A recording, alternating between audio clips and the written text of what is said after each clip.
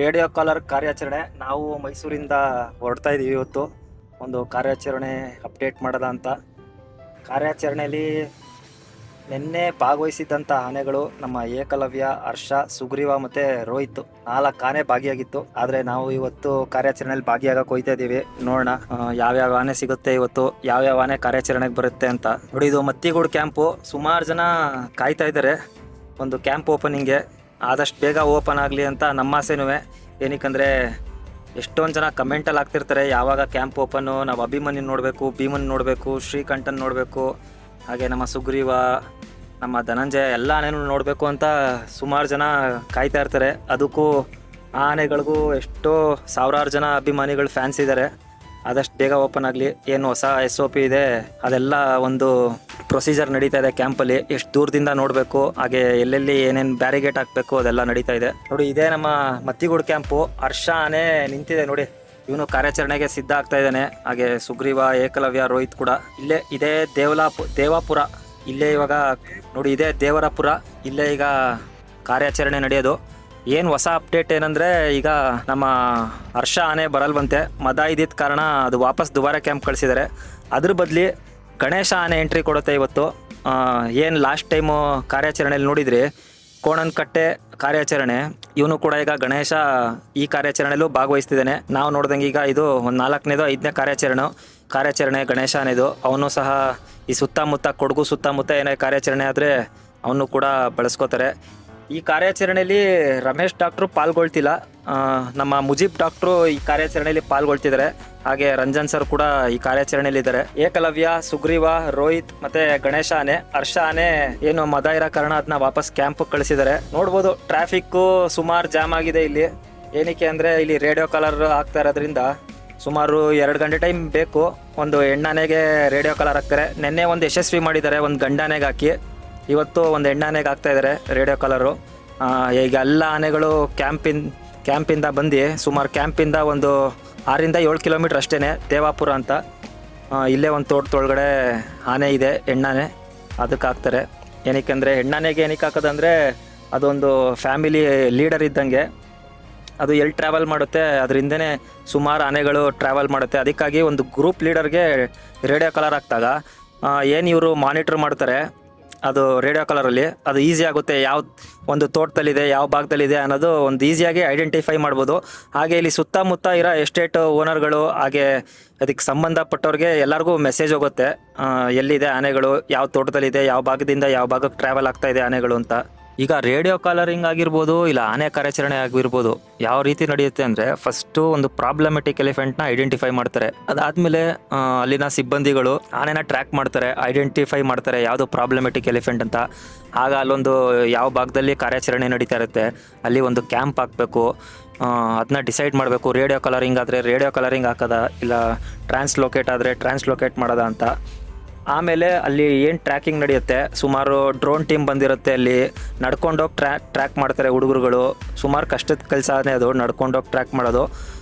ಡ್ರೋನಲ್ಲಿ track ಮಾಡ್ತಾರೆ, ಅದೇ identify ಮಾಡ್ತಾರೆ ಆನೆ ಇದೇ ಪ್ರಾಬ್ಲಮೆಟಿಕ್ ಎಲಿಫೆಂಟ್ ಅಂತ.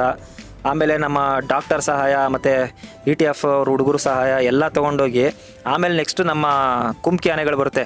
ಆವಾಗ ಕುಮ್ಕಿ ಆನೆಗಳು ಬಂದಾಗ ಅದಕ್ಕೆ ಹಗ್ಗ ತೊಗೊಂಡೋಗ್ಬೇಕು. ಹಗ್ಗ, ನೀರು, ಡಾಕ್ಟ್ರುಗಳು ಅದ್ರ ಮೇಲೆ ಕೂತಿ ಡಾಟ್ ಮಾಡಿ, ರೇಡಿಯೋ ಕಾಲರ್ ಇದ್ದರೆ ಅದಕ್ಕೆ ರೇಡಿಯೋ ಕಾಲರ್ ಹಾಕ್ತಾರೆ. ಆಮೇಲೆ ರೇಡಿಯೋ ಕಾಲರ್ ಹಾಕಿದ್ಮೇಲೆ ಅದನ್ನು ಡಿಸೈಡ್ ಮಾಡ್ತಾರೆ, ಈಗ ಇಲ್ಲೇ ಇದನ್ನ ಬಿಡಬೇಕಾ, ಇಲ್ಲಾಂದರೆ ಅದನ್ನ ಬೇರೆ ಫಾರೆಸ್ಟ್ಗೆ ಎಲ್ಲರೂ ಬಿಡಬೇಕಾ ಅಂತ.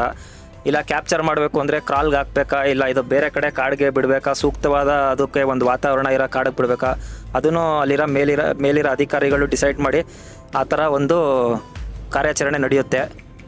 ಈ ಕಾರ್ಯಾಚರಣೆಯಲ್ಲಿ ನೋಡಿ, ನಮ್ಮ ಮುಜೀಬ್ ಡಾಕ್ಟ್ರು ತುಂಬ ಅನುಭವ ಇರೋ ಡಾಕ್ಟ್ರು. ಅವರು ಸಹ ಸುಮಾರು ಒಂದು 20 ವರ್ಷ ಅನುಭವ ಇದೆ ಮುಜೀಬ್ ಡಾಕ್ಟ್ರಿಗೆ.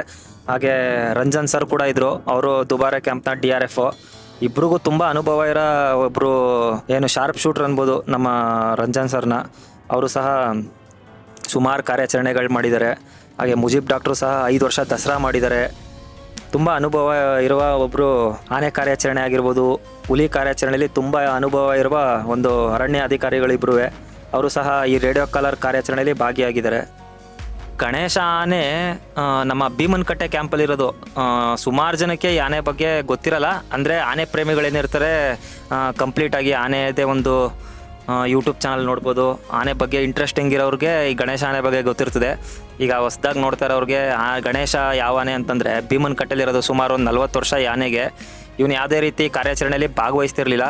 ಇವನು ಕಾರ್ಯಾಚರಣೆಗೆ ಇವಾಗ ಬರ್ತಾ ಇದ್ದಾನೆ. ನಮ್ಮ ಮುಜೀಬ್ ಡಾಕ್ಟ್ರ್ ಏನೋ ನಾನೊಂದು ಇಂಟರ್ವ್ಯೂ ಮಾಡಿದ್ದೆ, ಆ ಟೈಮಲ್ಲಿ ಅವರು ಹೇಳಿದರು ಪ್ರತಿಯೊಂದು ಆನೆನೂ ಕಾರ್ಯಾಚರಣೆಗೆ ಬರಬೇಕು ಅಂತ ಆಸೆ. ಯಾವುದೇ ಆನೆ ಕ್ಯಾಂಪಲ್ಲಿರೋ ಆನೆನೂ ಕಾರ್ಯಾಚರಣೆ ಮಾಡಬೇಕು, ಹಾಗೆ ದಸರಾ ಕೂಡ ಮಾಡಬೇಕು, ಕ್ಯಾಂಪ್ ಆನೆಗೆ ಸೀಮಿತ ಆಗಬಾರ್ದು ಅಂತ ಅವರು ಸಹ ಹೇಳಿದರು. ಅದೇ ರೀತಿ ಈಗ ನಾವು ನೋಡಿರೋಂಗೆ ಇದು ಒಂದು 4ನೇ ಕಾರ್ಯಾಚರಣೆಗೆ ಬರ್ತಾ ಇದ್ದಾನೆ ನಮ್ಮ ಗಣೇಶ. ಆದರೆ ಹೈಟ್ ಕಮ್ಮಿ, ಆದರೆ ಲಕ್ಷಣ ಮಾತ್ರ ತುಂಬ ಚೆನ್ನಾಗಿದೆ. ಆನೆದು ದಂತಗಳು ನೋಡಿ ಎಷ್ಟು ಚೆನ್ನಾಗಿದೆ ಅಂದರೆ ಅದು ತಲೆ ಮೇಲಿರೋ ಕೂದಲು ನೋಡೋಕ್ಕೂ ಒಂಥರ ಖುಷಿನೇ. ನಮ್ಮ ಭೀಮ ಆನೆಗೂ ಅದೇ ಥರ ಇದೆ, ಒಂಥರ ನೀಟಾಗಿ. ಒಂದು ತಮಿಳ್ನಾಡಲ್ಲಿ ಒಂದು ಹೆಣ್ಣಾನೆ ಇದೆ ನೋಡಿ, ತಲೆ ಬಾಚ್ತಾರೆ ನೋಡಿ, ಆ ಥರ ಇದಕ್ಕೆ ನೀಟಾಗಿ ಎಣ್ಣೆ ಹಾಕಿ ಮಸಾಜ್ ಮಾಡಿದ್ರೆ ಚೆನ್ನಾಗಿ ತಲೆ ಬಾಚ್ಬೋದು ಈ ಆನೆಗೆ, ಆ ಥರ ಕಾಣಿಸ್ತದೆ. ಇನ್ನೇನಿಲ್ಲ, ಗಣೇಶನ ಬಗ್ಗೆ ಹೇಳ್ಬೇಕಂದ್ರೆ ಒಂದು ಸ್ವಲ್ಪ ಮದ ಬಂದಾಗ ಮಾತು ಕೇಳಲ್ಲ, ಸೊಂಡ್ಲಲ್ಲಿ ಹೊಡೆಯೋದು ತಿವಿಯೋದು ಹೆವಿ ಮಾಡುತ್ತೆ. ಅವಾಗ ಒಂದು ಸ್ವಲ್ಪ ಕಂಟ್ರೋಲ್ ಮಾಡ್ಕೋಬೇಕು ಈ ಆನೆನ. ಕೆಲವೊಂದು ಕ್ಯಾಂಪಲ್ಲಿರೋ ಆನೆಗಳು ಅಷ್ಟೇ, ಮದ ಬಂದಾಗ ಹೆವಿ ರ್ಯಾಶು ಚೈನಾಗಿ ಕಟ್ಟಾಕ್ಬಿಡ್ತಾರೆ. ಅದನ್ನು ಯಾವುದೇ ಕಾರಣಕ್ಕೂ ಮಾವುತ್ರೂ ಹತ್ರ ಹೋಗ್ದಿರೋ ಅಂಥ ಆನೆಗಳಿದೆ ನಮ್ಮ ಕ್ಯಾಂಪ್ಗಳಲ್ಲಿ. ಎಷ್ಟೊಂದು ಆನೆಗಳಿದೆ, ಆದರೆ ಹೆಸರು ಹೇಳೋಕ್ಕೆ ಏನು ಬೇಡ, ಹೆಸರು ಹೇಳೋದು. ನೋಡಿ ಸುಗ್ರೀವ ಇದು ಇನ್ಸಿಡೆಂಟ್ ಆದಮೇಲೆ ಏನು ನಮ್ಮ ಬಿಕ್ಕೋಡ್ ಕ್ಯಾಂಪಲ್ಲಿ ಆಗಿತ್ತು, ಅದಾದಮೇಲೆ ಇದು 2ನೇ ಕಾರ್ಯಾಚರಣೆ. ನಮ್ಮ ಚನ್ನಪಟ್ಟಣ ಭಾಗಕ್ಕೂ ಹೋಗಿ ಯಶಸ್ವಿಯಾಗಿ ಕಾರ್ಯಾಚರಣೆ ಮಾಡಿಕೊಟ್ಟ. ಇವಾಗ ಇಲ್ಲೇ ಲೋಕಲ್ಲು ಏನೋ ದುಬಾರಿಯಿಂದ ಒಂದು 25 ಕಿಲೋಮೀಟ್ರ್ ಇರ್ಬೋದು, ಇಲ್ಲೂ ಕೂಡ ಇವಾಗ ರೇಡಿಯೋ ಕಲರಿಂಗ್ ಕಾರ್ಯಾಚರಣೆ ಯಶಸ್ವಿ ಮಾಡಿದ್ದಾನೆ. ಏಕಲವ್ಯನಷ್ಟೇ, ಅವನು ಎಲ್ಲ ಕಾರ್ಯಾಚರಣೆಯಲ್ಲೂ ಬರ್ತಾ ಇದ್ದಾನೆ. ಈಗ ದಸರಾ ಕೂಡ ಸ್ಟಾರ್ಟ್ ಆಗುತ್ತೆ.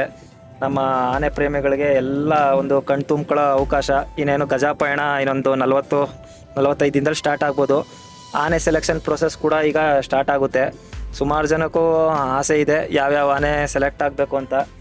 ಆದರೆ ನಮಗೆ ನಾವು ಒಂದು ಇಲ್ಲಿ ಏನು ನೋಡೋ ಪ್ರಕಾರ ಲಕ್ಷ್ಮಣ, ಈಶ್ವರ, ಶ್ರೀರಾಮ, ಅಯ್ಯಪ್ಪ, ನಮ್ಮ ಬಂಡೀಪುರಲ್ಲಿರೋ ಒಂದು ಪಾರ್ಥಸಾರಥಿ, ಸುಮಾರು ಆನೆಗಳಿದೆ ಲಿಸ್ಟಲ್ಲಿ. ಆ ಆನೆಗಳು ಕೂಡ ಬರೋ ಚಾನ್ಸಸ್ ತುಂಬ ಇದೆ. ಏನಕ್ಕಂದರೆ ಈ ಸತಿ ಒಂದು 2-3 ಆನೆ ಹೊಸದು ಖಂಡಿತ ನೋಡ್ಬೋದು ನಮ್ಮ ಮೈಸೂರವರು. ಹಾಗೂ ಆನೆಗಳಿಗೋಸ್ಕರ ನೋಡೋಕೆ ಬರೋ ಒಂದು ಆನೆ ಪ್ರೇಮಿಗಳು ಬೇರೆ ಊರುಗಳಿಂದೆಲ್ಲ ಸುಮಾರು ಜನ ಬರ್ತಾರೆ ಆನೆಗಳನ್ನೇ ನೋಡಬೇಕು ಅಂತ. ದಸರಾ ನೋಡೋಕೆ ಬರದೇ ಇದ್ರು ಮೈಸೂರಲ್ಲಿ ಆನೆ ವಾಕಿಂಗ್ ನೋಡೋಕ್ಕೆ ಲಾಸ್ಟ್ ವರ್ಷ ನಾನು ಅಬ್ಸರ್ವ್ ಮಾಡ್ತಿದ್ದೆ. ಬೆಂಗಳೂರಿಂದ ಬೆಳಗ್ಗೆ 4 ಗಂಟೆಗೆ ಎದ್ದು ಬರೋರು ಆನೆಗಳನ್ನೇ ನೋಡಬೇಕು ಅಂತ. ನಾವು ಏನು ಆನೆ ನೋಡೋಕ್ಕೆ ಅಷ್ಟೊಂದು ಕ್ರೇಜ, ನೀವು ಬೆಂಗಳೂರಿಂದ ಬರ್ತಿರಲ್ಲ, ಬೆಳಗ್ಗೆ 4 ಗಂಟೆಗೆ ಎದ್ದು ಇಲ್ಲಿ 6:30 ಕರೆಕ್ಟು 7 ಗಂಟೆಗೆ ಬಲರಾಮ ಗೇಟ್ ಹತ್ರ ಬಂದು ನಿಂತ್ಕೊಳ್ಳೋರು.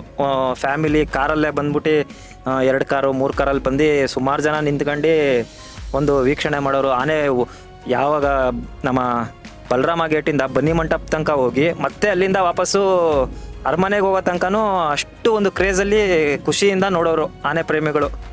ಈಗಲೂ ಇನ್ನೇನು ಸ್ವಲ್ಪ ದಿನದಲ್ಲಿ ದಸರಾ ಬರುತ್ತೆ, ನೋಡ್ಬೋದು ನೀವು ಸಹ. ಹೊಸ ಆನೆಗಳು ಒಂದು ಖಂಡಿತ ಒಂದು 3-4 ನೋಡ್ಬೋದು ಈ ಸತಿ ದಸರಾದಲ್ಲಿ. ಏಕಲವ್ಯನ ಬಗ್ಗೆ ಏನು ಹೇಳೋದು, ಈಗ ಎಲ್ರಿಗೂ ಏಕಲವ್ಯಂಗೆ ಬಂದಿರೋ 2 ವರ್ಷ ದಸರಾದಲ್ಲೇ ಲಕ್ಷಾಂತರ ಜನ ಫ್ಯಾನ್ಸ್ ಇದ್ದಾರೆ. ಒಂದು ಒಳ್ಳೆ ಲಕ್ಷಣ ಇರೋ ಆನೆ. ಕ್ಯಾಪ್ಚರ್ ಗೋಸೈ, ನಮ್ಮ ದಸರಾ ಗೋಸೈ ಅಂತ ಇರೋ ಆನೆ ಅದು. ನೆಕ್ಸ್ಟು ಅಂಬಾರಿ ಆನೆಗೂ ಸೆಲೆಕ್ಟ್ ಆಗ್ಬೋದು. ಅದು ಒಂದು ಒಳ್ಳೆ ಹೈಟ್ ಇದೆ, ಒಳ್ಳೆ ಮಾವುತರು ಕೂಡ ಇದ್ದಾರೆ ಅದಕ್ಕೆ. ಅದನ್ನ ಪಳಗಿಸಿದವರು ನಮ್ಮ ಇದಾಯಿತು ಮತ್ತು ಸೃಜನ್ನು. ಏನು ಒಂದೇ ವರ್ಷದಲ್ಲಿ ಪಳಗಿ ಕಾರ್ಯಾಚರಣೆನೂ ಇಲ್ಲ, ಏನೂ ಇಲ್ಲ, ಡೈರೆಕ್ಟ್ ದಸರಾನೇ ಫಸ್ಟು. ಆ ಥರ ನಮ್ಮ ಧನಂಜಯ ಆನೆ ಮಾಡಿತ್ತು. ಆದರೆ ಧನಂಜಯ 2 ವರ್ಷ ಪಳಗಿತ್ತು. ಆದರೆ ಏಕಲವ್ಯ ಒಂದೇ ವರ್ಷದಲ್ಲಿ ಪಳಗಿ ಕಾರ್ಯಾಚರಣೆನೂ ಮಾಡಿದೆ, ದಸರಾಗೆ ಬಂದಂಥ ಆನೆ. ಈಗಲೂ ಅಷ್ಟೇ, ಬೇರೆ ಆನೆಗಳು ಆ ಥರ ಪಳಗಕ್ಕೆ ಯಾವುದೂ ಸಾಧ್ಯ ಇಲ್ಲ ಇವಾಗ. ಆ ಥರ ಮಾವುತರುಗಳು ಸಿಗಬೇಕು. ರೋಹಿತ್ ಆನೆ ಬಂದು ಅದೊಂದು ನಮ್ಮ ಭೀಮ ಯಾವ ಥರ ಇದೆ ಅದೇ ಥರ ಒಂದು ಅನಾಥ ಆನೆಯಾಗಿ ಸಿಕ್ಕಿದಂಥ ಆನೆ. ಅದನ್ನು ನಮ್ಮ ಮೈಸೂರು ಮಹಾರಾಣಿ ಏನಿದ್ದಾರೆ ಅವರ ರಿಲೇಷನ್ಸ್ ಇರ್ತಾರಲ್ಲ, ಅವರು ಸಾಕ್ದಂಥ ಆನೆ. ರಾಂಪುರ ಬಂಡೀಪುರ ಕ್ಯಾಂಪಲ್ಲಿ ಅವ್ರಿಗೆ ತುಂಬ ಪ್ರೀತಿಯಾದ ಆನೆ. 2 ವರ್ಷ ದಸರಾ ಕೂಡ ಬಂತು, ದಸರಲ್ಲಿ ಬಂತು, ಆದರೆ ಪ್ರೊಸೆಷನಲ್ಲಿ ಬರಲಿಲ್ಲ. ಇನ್ನು ಚಿಕ್ಕ ಏಜ್ ಆನೆ, ಸುಮಾರು ಒಂದು 24-25 ವರ್ಷ ಆನೆ. ಅದಾದಮೇಲೆ ಹೆಚ್ಚಿನ ಟ್ರೈನಿಂಗ್ಗೋಸ್ಕರ ಅದನ್ನ ಮತ್ತಿಗೂಡು ಕ್ಯಾಂಪಿಗೆ ಕರ್ಕೊಬಂದು ಅದನ್ನು ಟ್ರೈನಿಂಗ್ ಕೂಡ ನಡೀತಾ ಇದೆ ನಮ್ಮ ರೋಹಿತ್ ಆನೆಗೆ.